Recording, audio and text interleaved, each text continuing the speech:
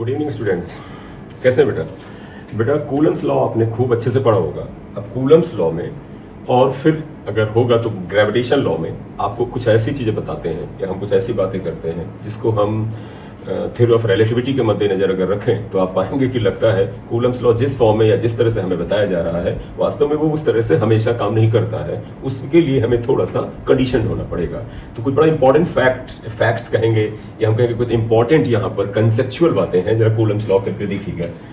देखिए Coulomb's law है क्या, ध्यान दीजिएगा। आपको ध्यान होगा कि ये एक अगर चार्ज पार्टिकल है, इसे Q1 मान लेते हैं प्लस है, और दूसरा चार्ज पार्टिकल यहाँ पे मान लेते हैं ये Q2 है, थोड़ा दूर ले लेते हैं, ये Q2 है चार्ज पार्टिकल। दोनों अगर लाइक चार्जेस हैं यानी दोनों पे चार्ज प्लस प्लस है या माइनस माइनस है तो रिपेल करेंगे और इस पे फोर्स इधर F12 लगेगा और बेटा इसके ऊपर फोर्स नहीं, इस पे फोर्स F12 लगेगा। ये एरो हटा दीजिए, केवल हम डायरेक्ट ये मैग्नीट्यूड ले रहे हैं और इससे फोर्स F21 लगेगा, ये लगता है।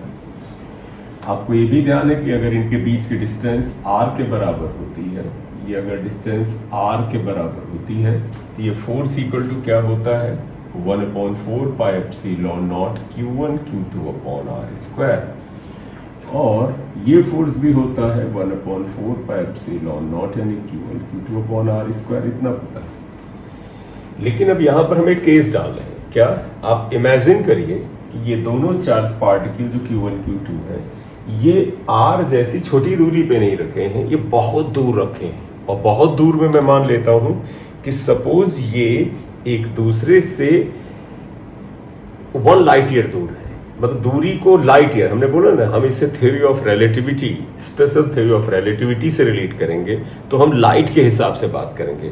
1 लाइट ईयर क्या होता है? लाइट के द्वारा एक साल में तय की गई दूरी। अगर इनके बीच की डिस्टेंस 1 लाइट ईयर हम ले लें, इमेजिन करो, ठीक है, बहुत ज्यादा दूरी है, तो इन दोनों के बीच में फोर्स यही रहेगा k Q1 Q2 upon r square, k Q1 Q2 upon r square, r is 1 light year. ठीक है, मामला यहां तक सब सही है। लेकिन अब अगर हम क्या करें, इस चार्ज पार्टिकल को यहां से यहां तक शिफ्ट कर दें, सपोज इसको हम यहां से यहां तक डिस्प्लेस कर देते हैं और कुछ डिस्टेंस हमने ले लिया dr से डिस्प्लेस किया, बहुत ही छोटी डिस्टेंस है dr। अगर हमने डिस्प्लेस किया तो अब बेटा इस चार्ज पार्टिकल की ये नई पोजीशन आ गई और अब ये सेपरेशन r माइनस dr के बराबर आ जाएगा, ये r माइनस dr के बराबर आ जाएगा। तो इसके अनुसार अब इन दोनों के बीच में जो फोर्स लगेगा वो क्या लगेगा, k Q1 Q2 upon r की जगह पे ये टर्म आ जाएगा, यानी ये फोर्स देखो, ये वैल्यू अगर घट जाएगी तो ये फोर्स बढ़ जाएगा। लेकिन ध्यान रखिएगा ये दूरी इतनी ज्यादा है कि जब ये चार्ज पार्टिकल यहां से यहां शिफ्ट होगा तो इसकी जानकारी इसके पास कब आएगी। आप ध्यान रखना दोनों की बीच की दूरी 1 लाइट ईयर है, यानी लाइट को यहां से यहां तक जाने में जो समय लग रहा था 1 साल लग रहा था। और तुम्हें पता हमारी दुनिया में कोई भी चीज लाइट की स्पीड से ज्यादा तेज नहीं चल सकती है। तो इसका मतलब है अगर दोनों चार्ज पार्टिकल के बीच में जो मीडिएटेड पार्टिकल्स होता है, आपको याद होगा कि ग्रेविटेशन फोर्स में मीडिएटेड पार्टिकल ग्रेविटॉन होता है और यहां पर ये फोटॉन होता है। तो फोटॉन जो इन दोनों के बीच में इंटरेक्शन के लिए जिम्मेदार है वो यहां से यहां तक आने में कितना समय लेंगे? 1 साल। क्यों? क्योंकि इनके बीच की दूरी 1 लाइट ईयर है, यानी यहां से यहां तक लाइट को आने में 1 साल लग रहा है। तो फिर कोई भी चीज लाइट की स्पीड से ज्यादा तेज तो चल नहीं सकती है। जो कुछ भी होगा मैक्सिमम लाइट की स्पीड से चल रहा होगा। तो मान ले मीडिएटेड पार्टिकल जो इनके बीच में चल रहा है वो मीडिएटेड पार्टिकल लाइट की स्पीड से चल रहा होगा, और अगर यहां से यहां तक लाइट को आने में 1 साल लगता है तो जब ये पार्टिकल यहां से यहां खिसकेगा तो ये यहां से यहां आ गया है, इसकी जानकारी यहां तक पहुंचाएगा कौन? ये वही पहुंचाएगा जो मीडिएटेड पार्टिकल है, और वो पार्टिकल यहां से यहां तक की शिफ्ट कर जाने की जानकारी इस पार्टिकल को कब पहुंचाएगा? 1 साल बाद पहुंचाएगा। तो कहने का मतलब है Q2 यहां आ चुका होगा, लेकिन इस भाई साहब को जानकारी नहीं है कि Q2 नजदीक आ गया है, दूरी कम हो गई है। दूरी कम हुई तो ये फोर्स बढ़ गया है, तो वास्तव में ये फोर्स इसके ऊपर इसकी शिफ्टिंग के बावजूद भी चेंज नहीं होगा। मैं तुम्हें और इसे बताऊं, आज डेट है बेटा, टुडे आज का डेट जो है वो है 8 अगस्त 2022। अगर ये चार्ज पार्टिकल यहां से यहां तक शिफ्ट हुआ है आज की तारीख में, तो ये इंफॉर्मेशन इसको 1 साल बाद पहुंचेगी। और इंफॉर्मेशन कब पहुंचेगी बेटा? इसको पहुंचेगी 8 अगस्त 2023 को पहुंचेगी। और 1 साल बाद इसे लगेगा अरे ये तो बंदा अपनी जगह छोड़ के नजदीक आ गया है, इसलिए जब इसको जानकारी 1 साल बाद पता चलेगी तो ये 1 साल बाद फील करेगा कि भाई साहब ये नजदीक आ गए हैं। तो 1 साल बाद इसको ये दूरी कम होती हुई समझ में आएगी, और तब इसके ऊपर फोर्स के लिए ये वाली डिस्टेंस 1 साल बाद इसके ऊपर अप्लाई होगी। तो इसके और इसके बीच में जो इसका फोर्स इस पार्टिकल के नजदीक आने से बढ़ा है, इसको इसकी सूचना, इसको इसकी इंफॉर्मेशन तुरंत नहीं मिलेगी, 1 साल बाद मिलेगी अगर ये इतनी दूर है। तो इसका क्या मतलब हुआ? इसका मतलब ये हुआ, दो चार्ज पार्टिकल एक दूसरे के नजदीक आते हैं तो फोर्स उनका बढ़ जाता है। ये डिपेंड करता है कि सिचुएशन क्या है। क्या वो पार्टिकल मेजरेबल डिस्टेंस पे रखे हैं? अगर इन दोनों के बीच की डिस्टेंस कुछ किलोमीटर, कुछ 100 किलोमीटर होती, कुछ 1000 किलोमीटर, तो इनको कुछ सेकंड के बाद, कुछ फ्रैक्शन ऑफ सेकंड के बाद, और अगर इनके बीच की डिस्टेंस बहुत थोड़ी होती 10, 5, 20 मीटर, तो लगभग तुरंत सूचना मिल जाती है। तो ये पार्टिकल इसका फोर्स तुरंत एक्सपीरियंस करता। लेकिन अगर ये दूरी इस जैसी बहुत बड़ी दूरी है, ये इंफॉर्मेशन बेटा इसको जो है वो 1 साल बाद मिलेगी। आप डेटा बदल सकते हैं, आप इसको हाफ लाइट ईयर कह लीजिए, तो इसके नजदीक आने की इंफॉर्मेशन को आधे साल बाद मिलेगी। लेकिन अगर हम यही डेटा रखें तो ये पार्टिकल नजदीक आएगा, तुम कहोगे सर पार्टिकल के बीच की दूरी कम हुई, तो तत्काल ये फोर्स और ये फोर्स बढ़ जाएगा। नहीं होगा। ये पार्टिकल को ये फोर्स बढ़ता हुआ कब नजर आएगा? 1 साल बाद। हाँ, 1 साल बाद सब मामला ऐसे ही रहेगा। 1 साल बाद ये कहेगा अरे हाँ भाई साहब ये नजदीक आ गए हैं, इसलिए हमारा फोर्स बदल करके क्या हो गया, इनका force K Q1 Q2 upon R minus dr का होल स्क्वायर, यानी घट गया होगा। ठीक, तो आप ध्यान रखिएगा कि कूलम्स लॉ जब आप लगाते हैं तो उस समय ये इंपॉर्टेंट है कि दोनों पार्टिकल रुके हुए हैं और मेजरेबल डिस्टेंस पर हैं। वो अगर बहुत ज्यादा दूरी पर होंगे तो उनके बीच में लगने वाला फोर्स की जानकारी तत्काल नहीं पहुंचेगी एक पार्टिकल से दूसरे पार्टिकल पर। अब आप देखिए, तुम कहोगे सर ठीक है सर, इसको 1 साल बाद पता चलेगा कि हमारा फोर्स ये बढ़ गया है। अब भाई साहब पे इनको देखो, आप इनको देखो बेटा, इस पार्टिकल का यहां से यहां शिफ्टिंग हुई है। अब इसके और इसके बीच की दूरी जो है वो कम है, इसको तुरंत पता चल जाएगा कि भाई मेरा फोर्स बढ़ गया है। तो आप ध्यान रखिएगा, इस पार्टिकल के बीच में ये जो फोर्स था, ये फोर्स F21 डैश अगर लिखोगे तो इसको ये K Q1 Q2 upon R minus dr का होल स्क्वायर तुरंत पता चल जाएगा। अब आप बताइएगा, इस पार्टिकल का फोर्स में तत्काल परिवर्तन नहीं होगा, 1 साल बाद होगा, इसको तुरंत पता चल जाएगा। तो इसलिए जब आप इसको यहां शिफ्ट करते हैं तो इस पे लगने वाला ये फोर्स नहीं बदलेगा, क्योंकि वो 1 साल बाद बदलेगा। लेकिन इसको ये फोर्स का एक्सपीरियंस बदला होगा, तुरंत पता चल जाएगा। तो इसका मतलब आप ध्यान रखिएगा, तुम्हें याद होगा कि ये जो फोर्सेस होते हैं F21 और F12, ये म्यूचुअल फोर्स होते हैं और न्यूटन के थर्ड लॉ एक्शन रिएक्शन को फॉलो करते हैं। तुम्हें ध्यान होगा कि F21 is minus of F12, इसको फॉलो करते हैं। और इस न्यूटन के थर्ड लॉ में पहले फोर्स का मैग्नीट्यूड इसका और इस दूसरे फोर्स का मैग्नीट्यूड सेम होता है, लेकिन इस स्थिति में, इस कंडीशन में ये फोर्स यही बना रहेगा और ये फोर्स बढ़ जाएगा।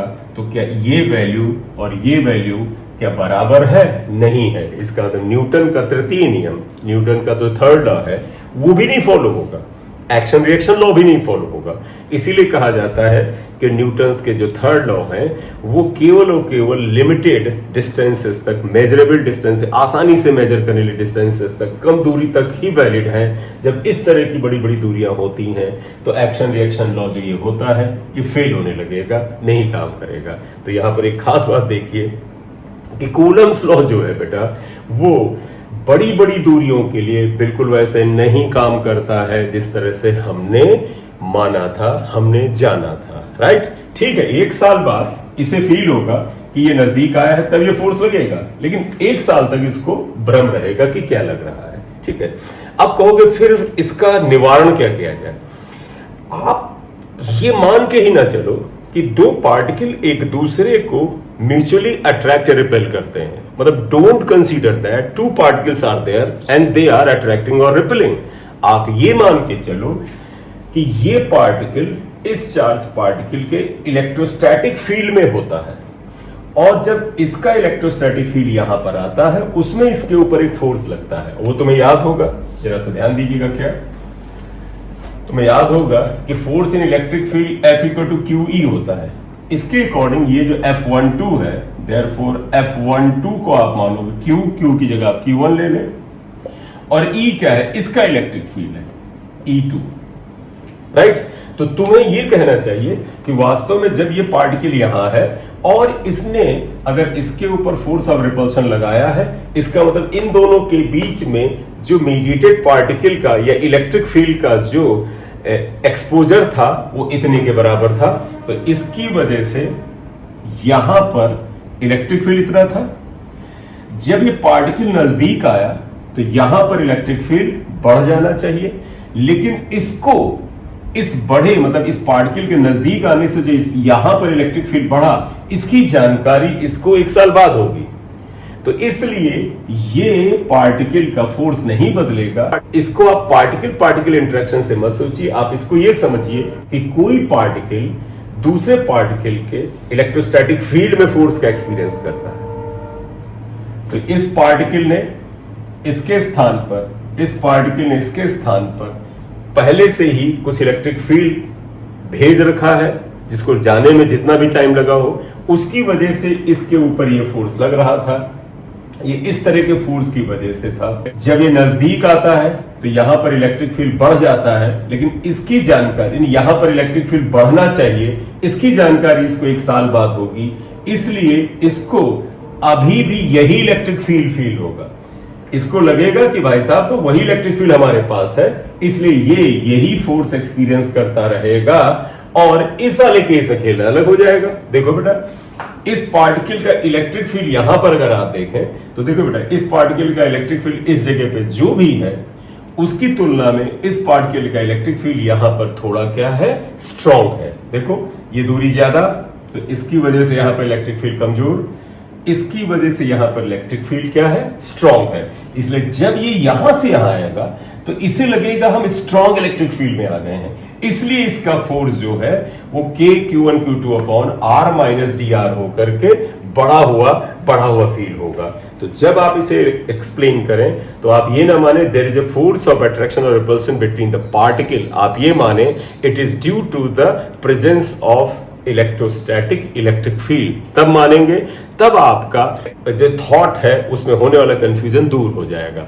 एनीवे, सब बातों की बात ये निकलती है कि कूलम्स लॉ इलेक्ट्रोस्टैटिक फील्ड में पैदा होता है, और कूलम्स लॉ उन्हीं परिस्थितियों में एग्जैक्टली सही काम करता है जिस तरह से हम पढ़ते उस तरह से काम करता है, जब उनके बीच की दूरियां मेजरेबल हों। अगर उनके बीच की दूरियां मेजरेबल नहीं होंगी, बहुत बड़ी होंगी, और लाइट के या आप कहोगे लाइट ईयर्स के कंपैरेबल ये बहुत ज्यादा होंगी, तो उस समय कूलम्स लॉ में नियमों में परिवर्तन होगा, और उस समय न्यूटन का थर्ड लॉ वैलिड नहीं होगा। तो ये इंटरेस्टिंग फैक्ट, अब आप चाहें तो एक काम करिएगा, अगले लेक्चर में हम ये बात करेंगे, ग्रेविटेशन में भी लगेगा। इमेजिन करो कि हमारे अर्थ प्लैनेट और एक दूसरा प्लैनेट जो बहुत दूर कहीं पर है, उसके बीच में दूरी कई लाइट ईयर्स की है, तो क्या उसके नजदीक आने का आभास हमें होगा? नहीं होगा। यही वजह है कि आप लोगों ने अभी देखा है कि जेम्स वेब टेलीस्कोप ने हमें दूसरे बहुत दूर के गैलेक्सी पे कुछ जगह पर प्लैनेट्स की जानकारी दी है कि शायद वहां पर पानी हो सकता है। तो इमेजिन करो कि वहां पर कुछ लोग रहते हैं, वहां पर एलियंस हैं। लेकिन याद रखो, वो जिस प्लैनेट के बारे में जेम्स वेब टेलीस्कोप ने पता किया है वो कई हजार लाइट ईयर्स दूर है। तो यकीन मानो अगर वहां एलियंस हैं तो हमें ढूंढ नहीं पाएंगे, हमें देख नहीं पाएंगे। क्यों? क्योंकि उस लाइट को हमारे तक आने में अगर 1000 साल लगा है, तो अगर यहां से लाइट उन तक पहुंची होगी तो वो अगर किसी बहुत ही तगड़ा टेलीस्कोप, मान लो हमसे ज्यादा काबिल है, हमसे ज्यादा उनका विज्ञान विकसित है, तो उन्होंने बहुत तगड़ा कोई टेलीस्कोप लगा रखा है, तो उस टेलीस्कोप में जो यहां से रोशनी पहुंची होगी वो 1000 साल बाद पहुंची होगी। यानी अर्थ प्लैनेट से जो रोशनी आज से 1000 साल पहले यानी सन 1200 सेंचुरी के आसपास की रोशनी वहां पहुंची होगी, तो अर्थ पर उन्हें 1200 सेंचुरी वो लड़ाइयां उनको वहां दिखाई देंगी कि भैया वहां पर देखो अर्थ प्लैनेट है और वहां पर सिविलाइजेशन इस तरह का है और वहां पर लोग तलवारों से लड़ रहे हैं। तो आज की डेट में वो अर्थ को देखना भी चाहें तो देख नहीं पाएंगे, और अगर आज की डेट में हम उन्हें देखते हैं, हमें वहां कुछ दिखता है, तो वो आज नहीं है। वो अगर लाइट को आने में 1000 साल लगा है, वो 1000 लाइट ईयर्स दूर है, तो निश्चित रूप से वो जो उनका सिचुएशन दिखेगा, तस्वीर दिखेगी, चीजें दिखेंगी, वो 1000 साल पहले की होंगी। इन्हीं सब बातों को ध्यान रख करके टाइम ट्रेवल की बातें की जाती हैं। आई होप ये लेक्चर आपको काफी इंटरेस्टिंग लगा होगा। कुछ ऐसी इंटरेस्टिंग बातें साइंस से रिलेटेड हम करते रहेंगे। Thank you very much. अगर वीडियो अच्छा लगा हो तो लाइक करें, सब्सक्राइब करें, लोगों के साथ शेयर करें। Thank you very much.